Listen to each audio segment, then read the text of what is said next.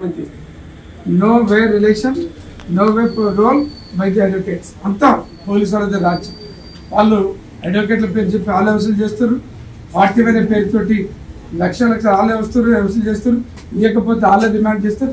ఇవ్వకపోతే వాళ్ళే డిమాండ్ చేస్తారని బెదిరిస్తారు. రకరకాల చాలా మంది అంటారు 41 అనేటటువంటి తీసివేయాలి, అమెండ్మెంట్ చేయాలనేటువంటి అడిగితే కొంతమంది అడుగుతారు ఏమండి మీ అడ్వకేట్ కేసులు లేవని మీ ప్రొఫెషన్ కోసం మమ్మల్ని జైలు పంపాలని మీరు కోరుకుంటారా? అది కాదు. మనందరం కూడా చెప్పాల్సింది ఏంటంటే నేషనల్ క్రైమ్ రికార్డ్స్ బ్యూరో చెప్పేటటువంటి ఒక సారాంశం ఏంటంటే 41A CRPC లేకముందు ఈ దేశంలో చాలా నామమాత్రమైనటువంటి క్రైమ్ రేట్ ఉంది. 41A ఎప్పుడైతే పెట్టిండ్రో ఏమైంది? కొడదాం, తందాం, గ్రాప్ చేద్దాం, ట్రెస్పాస్ చేద్దాం, చేయాల్సిన దొంగ లంగ పనులని చేద్దాం, పోలీసు వాళ్ళు కేసు కడితే ఏమైంది 41 తీసుకుందాం అనేటువంటి ఒక ఈజీ గోయింగ్ టెండెన్సీ పెరిగి 41A రావటం వల్ల విపరీతంగా క్రైమ్ రేట్ పెరిగింది. అమాయకుల మీద దాడులు పెరిగినాయి, పేద వర్గాల మీద దాడులు పెరిగినాయి, ఆస్తులు ల్యాండ్స్ ప్రాపర్టీస్ గుంజుకొని పోయేటటువంటి వల్ల కబ్జా చేసేటటువంటి ల్యాండ్ గ్రాబర్స్ యొక్క సంఖ్యలు పెరిగినాయి. అట్లాంటి కేసులు పెరిగినాయి. అందుకనే అడ్వకేట్ల కోసం కాదు 41 ఎత్తేమనేది. మొత్తం ఈ దేశం క్షేమంగా ఉండాలన్నా, క్రైమ్ రేట్ తగ్గాలన్నా, అడ్వకేట్లో కావాల్సినటువంటి ఒక ప్రొఫెషన్ రావాలన్నా 41 అనేటటువంటి ఎత్తివేయాలనేటువంటి కోణంలో ఒక డిమాండ్ తోటి మేము పనిచేయాలనేటువంటి ఆలోచన కొద్దీ నేను మీ అందరి దృష్టికి తీసుకొస్తున్నాను.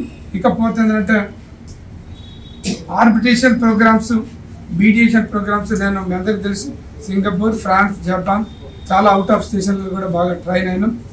మనం ఈ రాష్ట్రంలో ఆర్బిట్రేషన్ ప్రోగ్రామ్స్ కూడా పెట్టేటటువంటి ప్రోగ్రామ్, మీడియేషన్ ప్రోగ్రామ్స్ కండక్ట్ చేసేటువంటి ప్రోగ్రామ్ కూడా ఒకటి చేయాలనే ప్రోగ్రామ్ అనుకుంటున్నాం. విపరీతమైనటువంటి జనం అంటే హైదరాబాద్లో నేను ప్రాక్టీస్ మొదలుపెట్టిన తర్వాత చాలామంది పేదలు, పోలీస్ బాధితులు, పొలిటికల్ లీడర్ల బాధితులు, చాలామంది రకరకాల బాధితులు వస్తూ ఉంటే పెద్ద ఎత్తున కేసులు వేసుకుంటూ పోయినాం.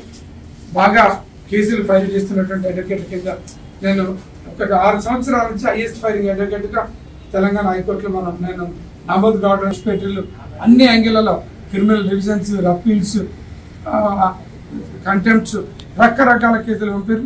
అందరికి కూడా మాకు ఉన్నటువంటి మేరకు హెల్ప్ చేసుకుంటూ పనిచేస్తున్నటువంటి ఒక క్రమం ఉంది. నా ఆలోచన ఏంటంటే చాలా మంది బార్ కౌన్సిల్ అయితే ఒక పీపీ కావాలన్నా, ఒక గవర్నమెంట్ లీడర్ కావాలన్నా, స్టాండింగ్ కౌన్సిల్ కావాలన్నా, లేకపోతే ఇంకేదో అనేటువంటి ఆలోచన కొద్దీ బార్ కౌన్సిల్లోకి ఎక్కువ వస్తాను.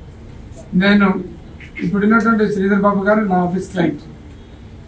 బీఆర్ఎస్ గవర్నమెంట్ ఉన్నప్పుడు వాళ్ళ మీద ఉన్నటువంటి కొన్ని సర్పంచులు బీకిరు, ఉప సర్పంచులు బీకిరు, రకరకాల ఇష్యూస్ అని ఇంతెందుకు చనిపోయినటువంటి గట్టు అమర్రావు, గట్టు నాగమణిలకు ఆయన కేసులు రిఫర్ చేసి ఒక మంతని పుట్ట శైలజ అనే ఒక మంతని మున్సిపల్ చైర్మన్ అక్కడ కొన్ని అసెట్స్ దాచిపెట్టి she elected as a member. Thereafter she was elected as a chairman to the municipal corporation Manthani. ఆమె మీద ఎలక్షన్ ఓపీ వేసి ఆ ఓపీ విత్డ్రా చేసుకోమని వాళ్ళు చేయొద్దని వీళ్ళు ఆ ఫైటింగ్లో ఇద్దరు మాట్లాడారు. ఆ తర్వాత ఆ కేసుని చేయమంటే ఎవరు చేయలేదు. అడ్వకేట్లు చనిపోయినటువంటి వాళ్ళకి న్యాయం జరగాలంటే, వాళ్ళు ఇచ్చి ఆశించినటువంటి ఒక ఆశ నెరవేరాలంటే ఈ కేసు నువ్వు చేయాలని మనతోనే మన ఇప్పుడు ఉన్నటువంటి శ్రీధర్ బాబు గారు నాకు మ్యాటర్ అంటర్ చేసి ఆ ఎలక్షన్ ఓపీని హైదరాబాద్కి ట్రాన్స్ఫర్ చేయించి రంగారెడ్డి కోర్టులో ట్రయల్ పెట్టి ఎవరైతే ఆ కౌన్సిల్ని మున్సిపల్ చైర్మన్ని డిస్క్వాలిఫై చేయించినటువంటి పరిస్థితి. దాంతో ఏంటంటే ఆయన నా ఆఫీస్కు ఒక క్లయింట్గా మారండి. ఎన్నికైన తర్వాత గవర్నమెంట్ ఎన్నికైన తర్వాత జీపీ ఇస్తాను నాకు తెలుసు సార్, అదంతా జీపీలు స్టాండింగ్ కౌన్సిల్ నాకు వద్దని చెప్పేసి మై సెల్ఫ్ ఐ రిఫ్యూజ్. నాకెందుకు వద్దనే, ఎందుకంటే వ్యవస్థ అంత పెద్దదైనా జీపీ అయినా ఏ జీపీ అయినా స్టాండింగ్ కౌన్సిల్ అయినా అంతా నాకు సూటబుల్ కాదని నేను రిఫ్యూజ్ చేశాను. నాకు పెద్ద జీపీ కావాలనో పబ్లిక్ ప్రాసిక్యూటర్ కావాలని ఇంకా పై పోస్టర్ పోవాలనే ఆలోచన లేదు. దానికోసం నేను బార్ కౌన్సిల్ మెంబర్ కావాలన్నటువంటి ఆలోచన కూడా నాకు లేదని మీ నోటీసులో పెట్టాలని అనుకుంటున్నాను. ముఖ్యంగా నేను ఈ జిల్లా వాసిని, ఈ మిర్యాలగూడ నివాసిని, మీరందరూ కూడా నన్ను ప్రేమతోటి అభిమానంతోటి గెలిపించాలని, ఇక్కడ ఉన్నటువంటి బార్కి సంబంధించినటువంటి ఇష్యూస్ సత్యనారాయణ గారు చెప్పారు. అంతకుముందు నాకు కూడా తెలుసు. మనకి ఇచ్చినటువంటి అవంతిపురంలో ల్యాండ్ అలాట్ చేశారు, అక్కడ కొంతమంది హైకోర్టు పోయారు, స్టే తీసుకున్నారు, అదంతా నడుస్తూ ఉంది. మిగతా బార్కి సంబంధించినటువంటి అకామిడేషన్స్, ఫెసిలిటీస్, వీటన్నిటి విషయాల్లో ఏ రకంగా నా యొక్క అవసరం సహకారం ఉందా నేను నిలబడతా, పనిచేస్తా. ఇప్పుడు కూత వేస్తే అప్పుడు వచ్చేటటువంటి వ్యక్తులు మీరు చాలా మందిని మీరు గెలిపించారు, అవకాశం ఇచ్చారు.